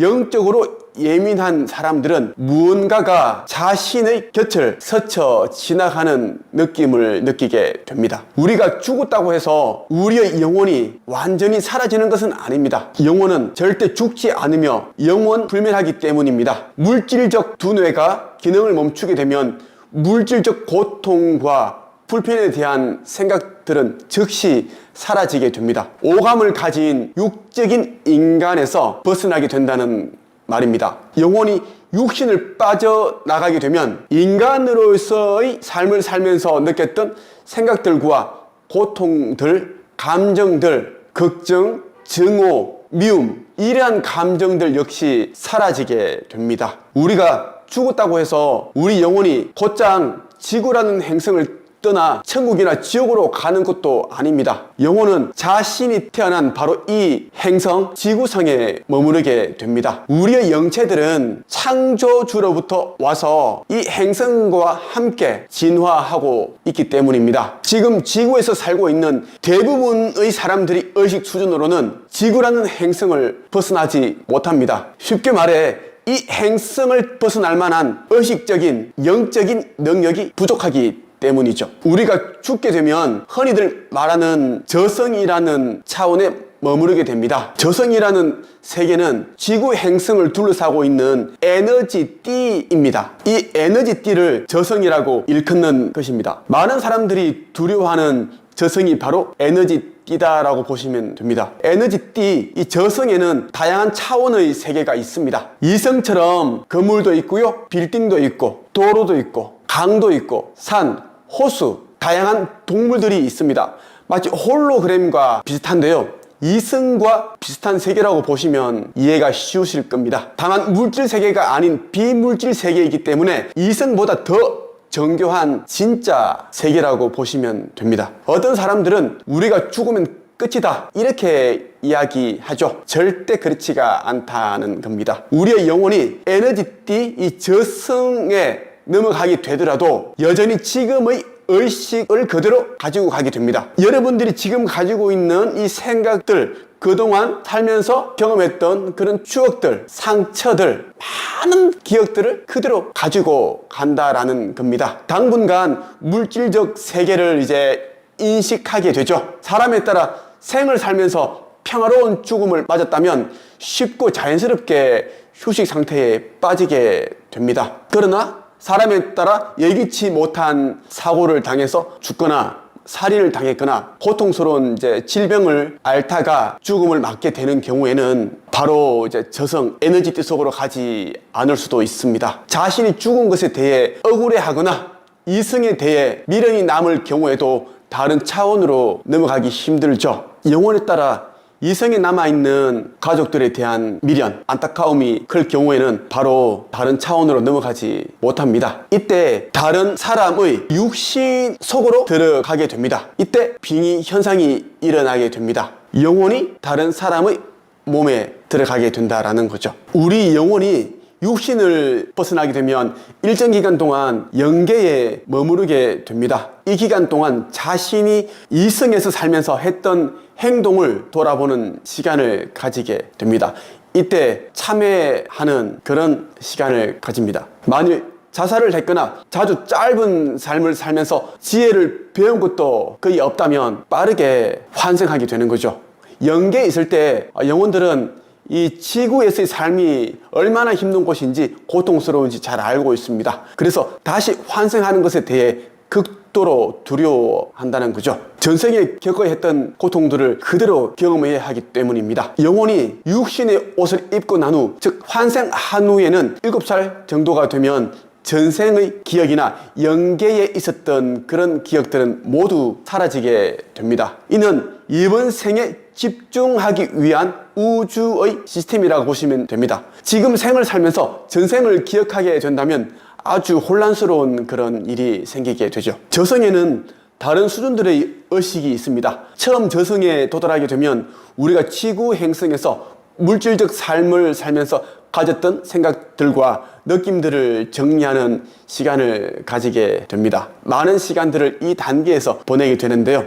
이 과정을 거치고 나면 우리는 다시 물질적 세계인 이 지구 행성으로 되돌아오기 위한 준비를 하게 됩니다. 영혼들이 저승에서 머무는 평균적인 시간은 약 150년 정도입니다. 물론 이 시간은 영혼들의 물질적 삶의 길이와 성취도, 카르마, 업보에 따라 조금씩 달라지기도 합니다. 앞으로 영혼이 저승에서 이승으로 윤회하는 기간의 속도가 더욱 빨라지게 된다고 하네요. 지구 행성에 영향을 미치는 에너지의 진동이 증가하기 때문입니다. 가장 큰 이유는 인구 과잉입니다. 영혼이 저승에서 의식의 모든 단계를 통과하고 나면 창조주에게 물질적 세계로 윤회할 준비가 되었다는 신호를 보내게 됩니다. 창조주는 영혼이 준비가 되면 영혼을 물질적 육체 속으로 들어갈 수 있는 기회를 부여합니다. 대부분의 영혼들은 자신의 가계 안에 머물러 있고자 하는 속성을 지니고 있습니다. 그래서 그 집안의 여자들 가운데 누군가 임신을 하게 되면 창조주는 그 영혼을 그 여자의 자궁 속으로 집어넣게 되죠. 평균 윤회 기간이 150년 정도인 것을 감안한다면 여러분의 자녀들은 5대, 6대, 7대 위의 조상이었을 수도 있다는 겁니다. 그래서 의식 수준이 이제 현저히 높거나 영적으로 깨달음을 얻은 사람들은 어린아이를 그저 어린아이로 보지 않습니다. 작은 사람으로 보죠. 몸집은 작지만 그동안 수많은 윤회를 통해서 많은 깨달음과 지혜, 지식, 이러한 것들을 가지고 있기 때문입니다. 우리 어른과 똑같은 지식과 지혜, 깨달음을 가지고 있다는 말입니다. 어쩌면 여러분의 아이들이 여러분보다 더 많은 윤회를 하면서 더 깊은 지혜와 깨달음을 가지고 있을 수도 있습니다. 오늘은 여러분들에게 죽은 사람이 꿈에 나오는 그 꿈의 의미에 대해서 한번 이야기를 나눠볼게요. 종종 이제 돌아가신 분들이 꿈에 나타나는 경우가 많습니다. 그냥 나타나는 것이 아니라 어떤 의미가 있다는 것입니다. 그래서 그것을 잘 캐치를 해야 집안에 우환이 생기지 않는다는 겁니다. 우리가 죽게 되면 이제 영혼의 세계에 접어들게 되는데 이때 대부분의 영혼들은 기절 상태에 있습니다. 우리도 이제 깊은 잠에 빠져 있다가 깨어나면 잠시 동안은 정신을 잘 못 차리지 않습니까? 그것처럼 한동안 내가 죽었다는 것을 인지하지 못합니다. 그러다 어느 정도 시간이 지나게 되면 이 기절 상태에서 깨어나게 되죠. 기절 상태에서 깨어나게 되면 인간으로 살 때 했던 생각과 행동들을 그대로 하게 됩니다. 자신의 죽음을 두고 슬퍼하는 가족들, 지인들, 친구들 곁에 가서 그 친구들에게 내가 죽지 않았다, 살아있다, 이런 이제 말을 계속 건네죠. 하지만 영체가 하는 말들은 이성에 있는 사람들에게 가닿지를 않습니다. 이때 굉장히 또 혼란스러워하죠. 영혼들 가운데 억울한 죽음을 당했거나 이성이 있을 때 미처 다 끝내지 못한 그런 중요한 일이 있거나 자신이 죽음으로 인해서 이제 남아있는 가족들이 생계, 이러한 부분들이 이제 너무 걱정이 되는 영혼들은 이성이 남아있는 사람들에게 부탁을 하려고 합니다. 특히 이때에는 이제 깊은 관계에 있는 사람들에게 가족, 친구, 그리고 생전에 자신에게 은혜를 입었거나 도움을 받은 사람들에게 이제 부탁을 하려고 하죠. 하지만 영혼은 육체가 없습니다. 육체를 가지고 있는 사람들에게 자신이 뜻하는 바를 전달할 수가 없습니다. 그래서 대부분의 영혼들은 이성에 남아있는 사람들의 꿈을 통해서 모습을 드러냅니다. 그 사람들이 꿈에 나와서 자신이 원하는 것에 대해서 어떤 느낌으로, 모습으로 보여주는 거예요. 이성이 남아있는 사람이 가족, 친구, 지인들이 이제 그런 의미를 이해할 수 있게끔 도와주기도 하죠. 영혼들은 대체적으로 다음 두 가지를 통해 자신의 메시지를 전달하게 됩니다. 첫째, 잠든 사람의 꿈의 일부 내용을 교정한다. 이성에 있는 사람이 꾸는 꿈 가운데 자신의 메시지를 전달할 수 있는 꿈을 꿀 때까지 계속 기다린다는 거예요. 잠든 사람이 마음속으로 들어가 현재 진행 중인 꿈의 내용 가운데 자신이 전달하고자 하는 의미를 제대로 알 수 있는 내용으로 교정을 하는 거예요. 영혼은 우리처럼 모습을 쉽게 들여들 수 없기 때문에 잠든 사람의 꿈의 일부 내용을 이제 교정을 해서 내가 바라는 것을 부탁을 한다라는 겁니다. 두 번째는 메시지를 전달하기 위한 꿈을 창조한다. 영혼들은 자신이 전달하고자 하는 그 메시지를 전달하기 위해 때로는 꿈을 창조합니다. 영혼은 잠든 사람의 마음속으로 들어가서 자신이 전달하고자 하는 그 의미난 메시지를 담을 수 있는 그런 꿈을 직접 만들어낸다는 겁니다. 상대가 꿈을 통해 영혼이 바라는 것이 무엇인지 제대로 알기 위해 의미에 맞는 이미지들을 조각 모음해서 또 꿈으로 만들어냅니다. 하지만 이성에 남아있는 사람들 가운데 대부분은 그저 꿈이라고 여기죠. 이때 영혼들은 너무나 슬퍼하고 괴로워하고 그런 감정을 가지게 됩니다. 어떤 경우에는 여러 번 꿈을 꾸게 만들죠. 그 사람의 마음속으로 들어가서 지난번과 유사한 내용의 이미지들의 그 꿈을 꾸게 만들어내는 거예요. 반복적으로 꿈을 꾸게 해서 자신이 의미하는 바를 제대로 전달하기 위해 노력한다는 겁니다. 세상을 떠난 영혼들은 이성에 남아있는 사람들이 만약 자기를 그리워하고 보고 싶어 하면서 슬퍼하거나 고통스러워 하지 않기를 바랍니다. 영체가 된 존재들은 어느 정도 시간이 지나면 자신이 이성으로 돌아갈 수 없다라는 것을 인지를 하게 되거든요. 그러면 이성에 남아있는 그 사람들이 자신의 삶을 제대로 살기를 원합니다. 그래서 수시로 인간으로 살았을 때 가장 가까웠던 사람들에게 자신이 잘 지내고 있다, 이러한 것을 이제 알려주기 위해 꿈에 나타나기도 하고요. 어떤 상징이나 의미, 메시지를 보내기도 합니다. 오늘 여러분들에게 이제 돌아가신 분들이 꿈에 나타나는 이유, 의미에 대해서 말씀을 드렸고요. 이러한 것을 여러분들이 이제 염두에 두신다면 이제 돌아가신 부모님이라든지 뭐 조상분들 아니면 지인들 꿈에 나타났을 때에는 어떤 의미가 있다고 한번 생각을 해보기를 바랍니다.